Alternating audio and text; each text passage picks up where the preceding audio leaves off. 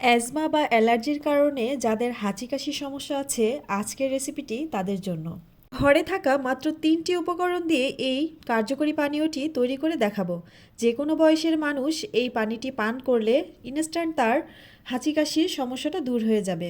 তাহলে চলুন শুরু করছি। তো প্রথমে আমি এখানে নিয়ে নিচ্ছি মধু, নিয়ে নিচ্ছি অর্ধেকটা পরিমাণ লেবু। আমি এখানে বড় লেবু বিধায় আমি এখানে অর্ধেক নিয়েছি, আর যদি আপনাদের কাছে ছোট লেবু হয় সেই ক্ষেত্রে আপনারা একটা লেবু ব্যবহার করবেন। আর এখানে নিয়ে নিচ্ছি এক টুকরো আদা। আমি এখানে এক টুকরো আদা নিয়েছি, যেটা থেকে প্রায় 1 টেবিল চামচের মতো রস বের হবে। এখন আমি চলে এসেছি সেই টোটকাটা তৈরি করতে। তো আমি একটি বাটির ভেতরে প্রথমেই দিয়ে দিলাম আদার রস 1 টেবিল চামচের মতো। তো আমি পুরো লেবুটা এখানে চিপে দিয়ে দিচ্ছি। তো এখানে আমাদের 1 টেবিল বা 1.5 টেবিল চামচের মতো হতে পারে, কম বেশি হলে কোনো সমস্যা নাই। এরপরে আমি এতে দিয়ে দিচ্ছি মধু। এখানে আমরা 1 চা চামচ বা তার থেকে আরেকটু বেশি পরিমাণেও দিতে পারি।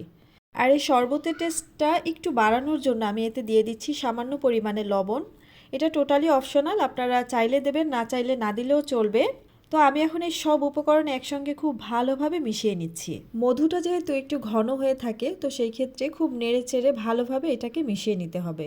এখন আমি এই রসটা একটা গ্লাসে ঢেলে নিচ্ছি, আর এর ভেতরে দিয়ে দিচ্ছি উষ্ণ গরম পানি।